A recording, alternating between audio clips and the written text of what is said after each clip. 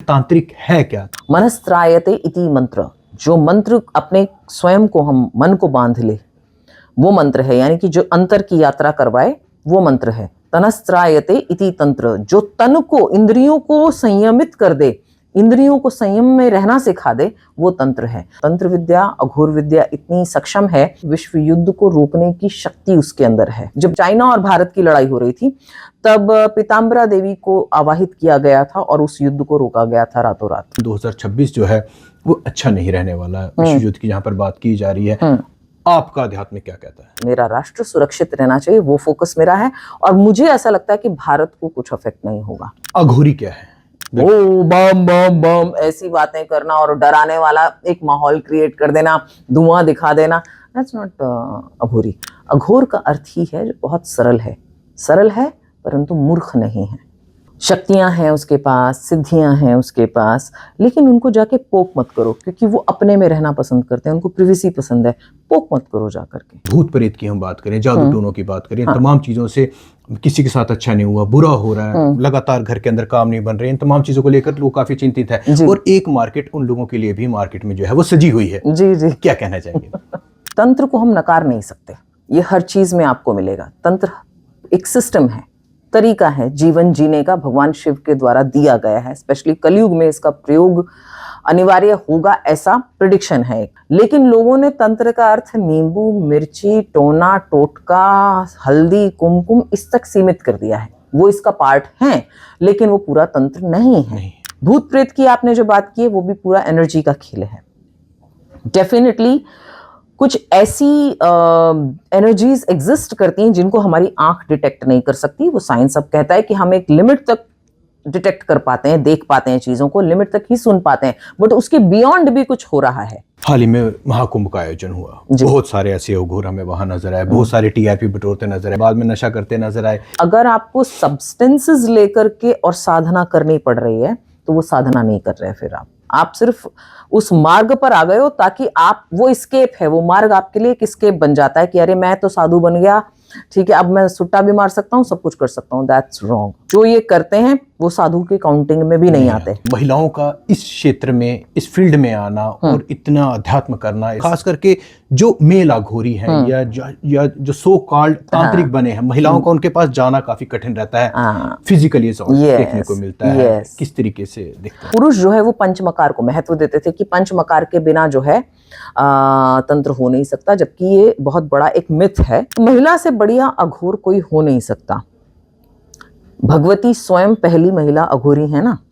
शमशान में यदि महाकाल हैं, शिव हैं, तो शक्ति भी तो उनके साथ ही रहती हैं। सन 2026 का आगमन हो चुका है और ऐसे में कई सारी प्रेडिक्शंस, कई सारी संभावनाएं जो हैं वो 2026 को लेकर तमाम नेशनल टीवीज पर, तमाम एस्ट्रोलॉजर्स की तरफ से जो है वो जताई जा रही हैं, जिसको लेकर कहीं ना कहीं एक बड़ा चिंता का विषय पूरे विश्व भर में जो है वो बना हुआ है। चाहे विश्व युद्ध की बात करें या बड़ी महामारी की बात करें, ऐसे तमाम अफवाहें बाजार में गर्म। आज सौभाग्य प्राप्त हुआ है हमें कि महामंडलेश्वर शिवानी दुर्गा जी जो है उनका आगमन जम्मू के अंदर हुआ है। सौभाग्य प्राप्त हुआ है उनसे बात करने का। सबसे पहले साध्वी जी, आपका हम जम्मू कश्मीर की धरती पर स्वागत करते हैं। बहुत बहुत धन्यवाद।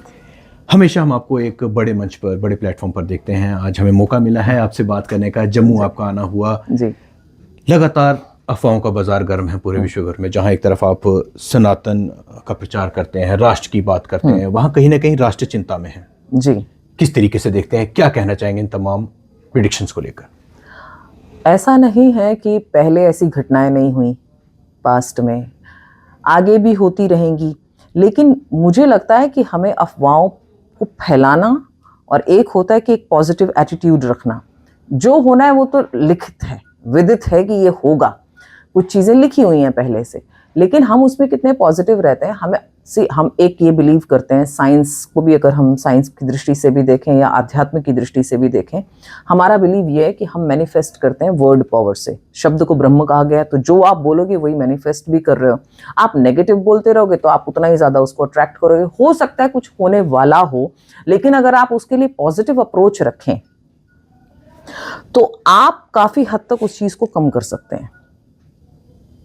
अब बहुत सारे मार्केट में एस्ट्रोलॉजर्स हैं, बहुत सारे तांत्रिक हैं, अघोरी हैं, अब मैं शब्द मार्केट का प्रयोग कर रही हूँ यहाँ पर, तो दोनों में फर्क है। एक है जो आध्यात्मिक है, एक है जो मार्केट लगा के बैठा है। वो व्यक्ति नेगेटिव फैला रहा है क्योंकि उसको उससे पॉपुलैरिटी मिल रही है। नेगेटिव को आज, क्योंकि हम कलयुग में है तो नेगेटिव को ज्यादा पॉपुलर कर देते हैं लोग। हमें उसमें भी अप्रोच पॉजिटिव रखनी चाहिए। विश्व युद्ध के आसार हैं, हो सकता है, कंफर्म तो किसी ने नहीं किया, सब संभावनाएं जता रहे हैं, बिल्कुल कंफर्म कोई नहीं कह रहा है। तो हो सकता है कि हमारे अंदर इतनी पावर हो कि हम उसे रोक भी सकते हैं। फिर अगर आप संभावनाएं ये जता रहे हैं जिसमें आप कंफर्म तक नहीं हैं, आपको अपने प्रेडिक्शन पे भी कॉन्फिडेंस नहीं है कि होगा या नहीं होगा, हो सकता है, ये नहीं होना चाहिए। दूसरी चीज कि हम अगर पॉजिटिव रहें, थोड़ा सा सकारात्मक रवैया अपनाएं, ठीक है जो होने वाला है होगा, उसको लेकर के हम भय को व्याप्त ना करें। उसके लिए उपाय क्या किए जा सकते हैं सिस्टमैटिकली, उस पर फोकस करना चाहिए। तो ये मेरा मानना है। दीदी, लेकिन लगता क्या है, क्योंकि एक मेजॉरिटी, चाहे वो मार्केट में बैठे लोग हैं या आध्यात्मिक लोग हैं, लेकिन मेजॉरिटी जो आ रही है वो ये आ रही है कि सन 2026 जो है वो अच्छा नहीं रहने वाला। विश्व युद्ध की जहां पर बात की जा रही है, आपका आध्यात्मिक क्या कहता है? अगर मैं अपनी पर्सनल बात करूं तो मुझे ऐसी एनर्जी नहीं लगती कि भारत को कुछ कष्ट होगा। मेरा फोकस भारत पर है, हमारा राष्ट्र सुरक्षित रहना चाहिए, मेरा फोकस उस पर है। बाहर क्या हो रहा है, मेरे घर में आग नहीं लगी तो मैं बाहर को क्यों देखूं, वहां पे आग लगी है, वो उन लोगों ने लगाई है, वो अपने आप बुझाएंगे। लेकिन मेरा भारत, मेरा राष्ट्र सुरक्षित रहना चाहिए, वो फोकस मेरा है। और मुझे ऐसा लगता है कि भारत को कुछ अफेक्ट नहीं होगा। तांत्रिक विद्या की हम बात करेंगे। जी। आपने एक लंबा समय, हम क्योंकि जहाँ तक मैं आपकी बायोग्राफी पढ़ पाया हूँ, आपने बचपन से जो आपका समय निकला, उसके बाद किस तरीके से आप डबल PhD चिकागो यूनिवर्सिटी से हैं, एक पढ़े लिखे तांत्रिक हैं। जी। तो क्या कहना चाहेंगे आज के समय को लेकर? लोग नहीं मानते, भूत प्रेत की हम बात करें, जादू टोनों की बात करें, तमाम चीज़ों से किसी के साथ अच्छा नहीं हुआ, बुरा हो रहा है, लगातार घर के अंदर काम नहीं बन रहे, इन तमाम चीज़ों को लेकर लोग काफ़ी चिंतित है। और एक मार्केट उन लोगों के लिए भी मार्केट में जो है वो सजी हुई है। जी जी। क्या कहना चाहेंगे? Very tricky question. ऐसा है कि तंत्र को हम नकार नहीं सकते, ये हर चीज में आपको मिलेगा। तंत्र एक सिस्टम है, तरीका है जीवन जीने का, भगवान शिव के द्वारा दिया गया है। स्पेशली कलयुग में इसका प्रयोग अनिवार्य होगा, ऐसा प्रिडिक्शन है कि इसके बिना हम कोई भी युद्ध लड़ नहीं पाएंगे। आप जितना भी बाहर का सिस्टम देखते हैं, चाहे आपका ये टेक्नोलॉजी है या हम तन धातु से तंत्र बना है, यानी कि जिसका एक शेप है, फॉर्म है, चाहे वो फिर कुछ भी हो, मनुष्य ही क्यों ना हो, तो तन से जुड़ा हुआ है। लेकिन लोगों ने तंत्र का अर्थ नींबू, मिर्ची, टोना, टोटका, हल्दी, कुमकुम इस तक सीमित कर दिया है। वो इसका पार्ट है, लेकिन वो पूरा तंत्र नहीं है। तंत्र को तंत्र की तरह से, जैसा भगवान शिव ने कहा है, यथावत अगर उसे समझा जाए तो हम संसार की वो चीजों तक पहुंच सकते हैं जहां तक अभी मनुष्य नहीं पहुंच पाया, विज्ञान नहीं पहुंच पाया।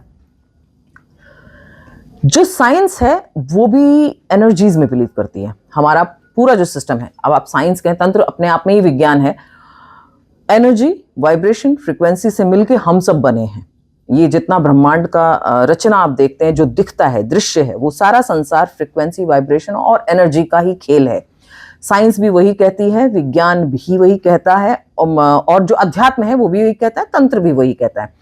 तो हमें इसके बीच का एक बैलेंस क्रिएट करना चाहिए कि किस तरह से एनर्जीज को हम इस तरह से डेवलप करें कि वो हमारी रक्षा भी करें और हमारे राष्ट्र की रक्षा भी करें।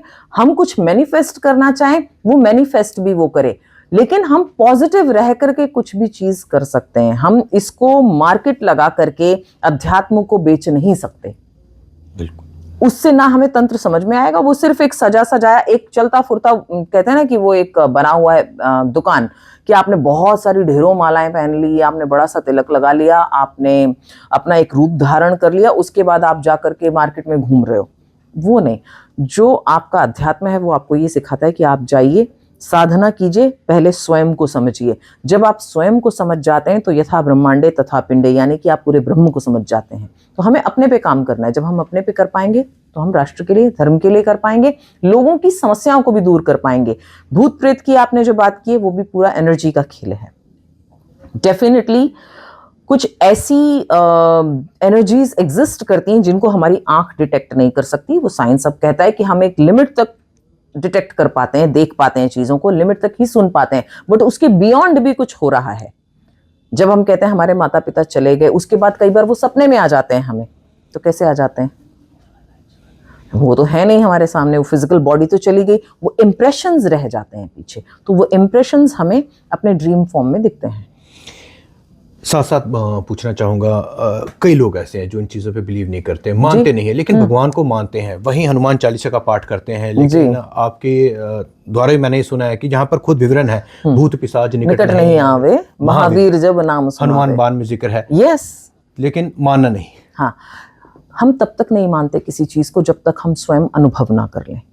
तो ये वो लोग हैं कि बहुत अच्छे ज्ञाता और बहुत अच्छे भक्त की श्रेणी में आते हैं, लेकिन उनके लिए अनुभव मैटर करता है। जिस दिन उन्हें अनुभव हो जाएगा, वो उनसे अच्छा भक्त कोई नहीं बनेगा फिर। अच्छा, इसके साथ साथ जानना चाहूंगा, आप महिला हैं, अघोरी हैं, तांत्रिक हैं, वर्ल्ड क्लास तांत्रिक हैं, भारत की बड़ी श्रेणी में आपका नाम आता है जी। क्या कहना चाहेंगे महिलाओं के लिए, महिलाओं का इस क्षेत्र में, इस फील्ड में आना और इतना अध्यात्म करना, इतना पाठ पूजा करना, कहीं ना कहीं एक नेगेटिव सोच को भी जो है वो जन्म देता है, और खास करके जो मेल अघोरी हैं या जो सो कॉल्ड तांत्रिक बने हैं, महिलाओं का उनके पास जाना काफी कठिन रहता है, फिजिकली देखने को मिलता है, किस तरीके से दिखते हैं? हाँ, जब 26 साल पहले मेरी यात्रा शुरू हुई थी तंत्र में, तब ये मार्ग कठिन था।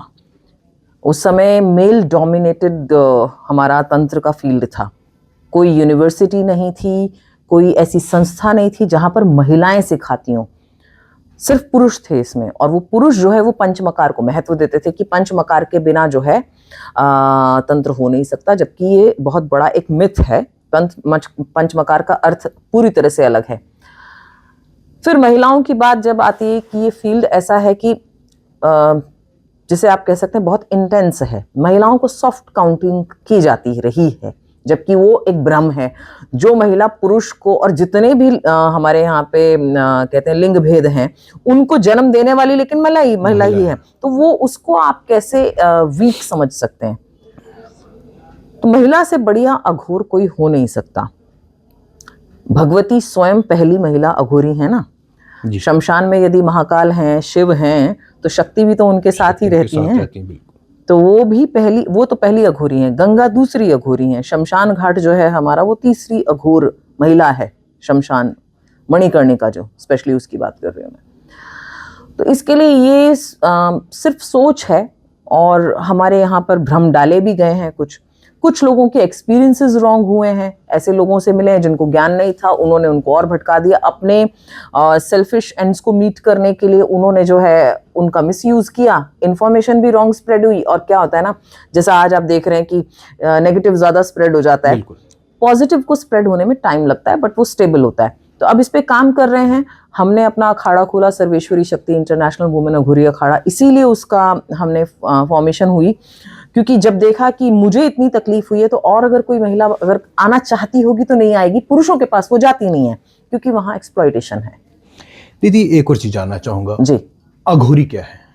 अघोर कैसे बनते हैं? क्योंकि अब हम बाजारों में भी कई बार देखते हैं, सड़कों पर कई पुरुष जो हैं वो नग्न व्यवस्था में जाते हैं, खुद पर विभूति लगाई होती है और सड़क पर घूम रहे होते हैं, और कई लोगों को मतलब अपने जाल में भी फंसाते हैं। क्या वो अघोर है? और खास करके इस वक्त जो लोग शमशान में जाते हैं, सपोज किसी की मृत्यु हो जाती है, एक बड़ा भ्रम होता है कि मैं वहां चला गया, मैं वहां नहीं जाऊंगा। ये हमारी, अगर हम भाषा समझ, सतकैल, सूतक जिसको कहते हैं, सूतक माना जाता है। ऐसे में घर पर नहीं आना तो गंगा जल का स्नान करना है। लेकिन जहां तक मैं आपको जान पाया हूँ, आपने अपनी नानी जी से काफी कुछ सीखा है, दादी से माफ कीजिएगा, आप शमशान जाती रही और बचपन में आपने तमाम चीजें देखी। जी, शमशान स्वयं को जानने का स्थान है, सत्य को जानने का स्थान है, क्योंकि वहां वो एक पोर्टल की तरह है जहां से आपका न्यू जर्नी स्टार्ट होता है। गेटवे कह सकते हैं आप उसे। शमशान में जाए बिना, क्रिमेशन ग्राउंड में जाए बिना, कब्रिस्तान हो या आपका ग्रेवयार्ड हो, या जाओगे आप ऐसी ही जगह पे जहां से आपकी यात्रा दूसरी शुरू होने वाली है। तो यदि हम उसको समझ लेते हैं तो ये सूतक से भी हट जाते हैं। अघोर को तो सूतक होता नहीं, गृहस्थ के लिए सूतक बताया गया है, क्योंकि जब वो शमशान में व्यक्ति जाता है और उसके बाद घर जाता है तो बहुत सारे बैक्टीरियाज को साथ में वो लेके जाता है। इस वजह से स्नान जरूरी बताया गया कि आप स्नान करके घुसो अंदर घर में वापस। वो रीजन है उसके पीछे। लेकिन भ्रम जो है अघोर को लेकर के कि ये ऐसे पर्टिकुलर, क्योंकि उसमें मूवीज का भी बहुत बड़ा रोल रहा है। ओ बम बम बम ऐसी बातें करना और डराने वाला एक माहौल क्रिएट कर देना, धुआं दिखा देना, दैट्स नॉट अघोरी। अघोर का अर्थ ही है जो बहुत सरल है परंतु मूर्ख नहीं है। सरलता को मूर्खता में मत समझो, लोग सरलता को मूर्खता समझ लेते हैं। तो अघोर ने इसीलिए वो आवरण शायद बनाया होगा एक समय में कि माहौल ऐसा रहा होगा कि लोग उसको हल्के में ले लेते होंगे। शक्तियां हैं उसके पास, सिद्धियां हैं उसके पास, लेकिन उनको जाके पोक मत करो, क्योंकि वो अपने में रहना पसंद करते हैं, उनको प्रिवेसी पसंद है। पोक मत करो जा करके। सबसे सरल होता है अघोर। भगवान शिव ने अगर अघोर, वो प्रथम अघोर हैं, वो स्वयं अघोर हैं, तो यदि वो अघोर हैं और उनको हम भोलेनाथ की श्रेणी, हम भोलेनाथ कहते हैं उन्हें, तो आप कैसे ये काउंट कर सकते हैं कि अघोर जो है एक खराब व्यक्ति होगा या बेकार होगा? या हाँ, अपवाद हैं, बहुत सारे ऐसे लोग भी हैं, वो तो हर फील्ड में, इंजीनियरिंग फील्ड में, अभी वो क्या किला उड़ा दिया था वहां पर, कुछ तो बम ब्लास्ट हुआ जो इतना बड़ा दिल्ली में, तो ऐसे तो अपवाद हर उसमें मिलेंगे आपको।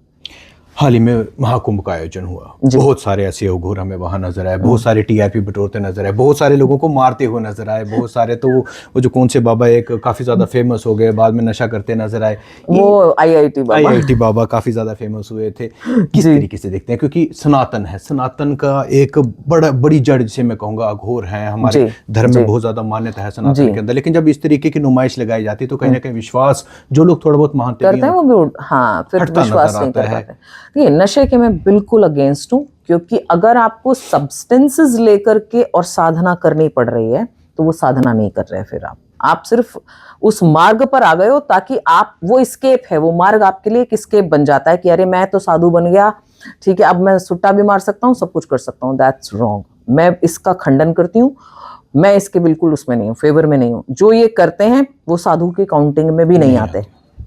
इसके साथ साथ जानना चाहूँगा, आप भगवान भोलेनाथ के बहुत बड़े भक्त हैं। भगवान भोलेनाथ से भगवान भोलेनाथ का नाम लेकर काफी लोग जो है वो भांग, धतूरा, इन तमाम चीजों का दुरुपयोग करते हैं, नशा करते हैं कि भगवान भोलेनाथ तो कुछ चरस का उपयोग करते हैं। क्या कहेंगे, मतलब भगवान है, शास्त्रोक्त नहीं है। हाँ, उन्हें भांग चढ़ाई जाती है जिसे विजया कहा जाता है, विजया का उल्लेख मिलता है, लेकिन चरस गांजा का कोई उल्लेख नहीं मिलता।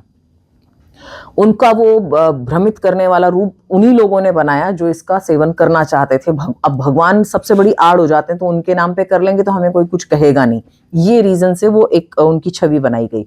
लेकिन विजया जो है वो एक्चुअली हेल्दी है, हार्ट के लिए भी, ब्रेन के लिए भी, और हमारे ब्लड सर्कुलेशन के लिए भी। ये साइंस भी, CBD ऑयल्स वगैरह अब आते हैं इसके लिए। लेकिन किसी भी चीज की अति सर्वत्र वर्जयेत, ये कहा गया है कि कहीं पर भी एक्सट्रीम होगा तो वो डैमेज करेगा, चाहे वो कितना भी अच्छा हो। शुगर भी ज्यादा खा लोगे तो आप शुगर के मरीज हो जाओगे फिर। तो इसलिए बेहतर है कि अगर आप विजया का सेवन करते हैं, भांग जिसे कहा जाता है, उसका सेवन करते हैं, तो उसकी मात्रा भी बहुत सूक्ष्म होती है। उस मात्रा में प्रसाद के रूप में ही करना चाहिए और प्रणाम करके निकल जाना चाहिए। उसका आनंद लेने के और पी लें तो थोड़ा हमें मतलब धुन की लग जाएगी, वो गलत है।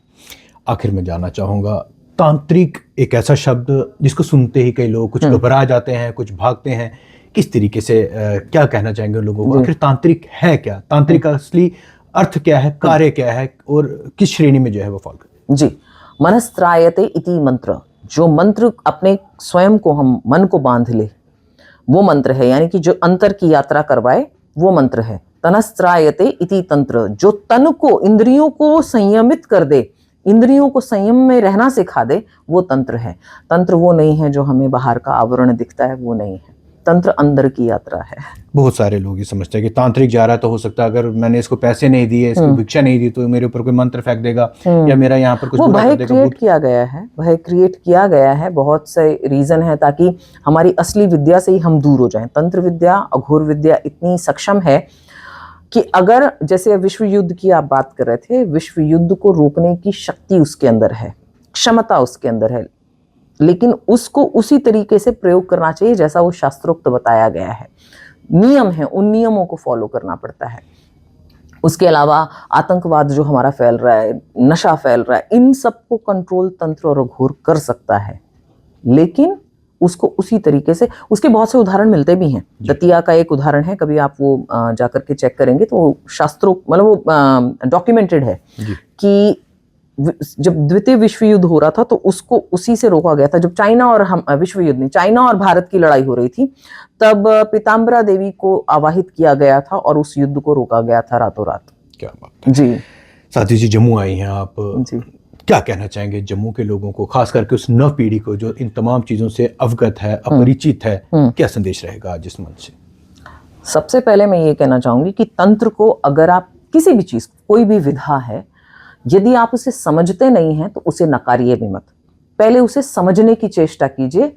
लॉजिक और रीजनिंग आपके पास यदि होगी तो मुझे लगता है आप उसको बेहतर समझ पाएंगे, फिर आप एनालिसिस कर सकते हैं। लेकिन किसी चीज को क्योंकि आप नहीं जानते, इसका मतलब ये नहीं कि वो एग्जिस्ट नहीं करती। दूसरा कि आप नशे से मुक्त रहें। जीवन में जब नशा आएगा तो वो केवल ईश्वर के नाम का आना चाहिए, राष्ट्र के लिए आना चाहिए, धर्म के लिए आना चाहिए, शरीर के लिए नशा नहीं आना चाहिए।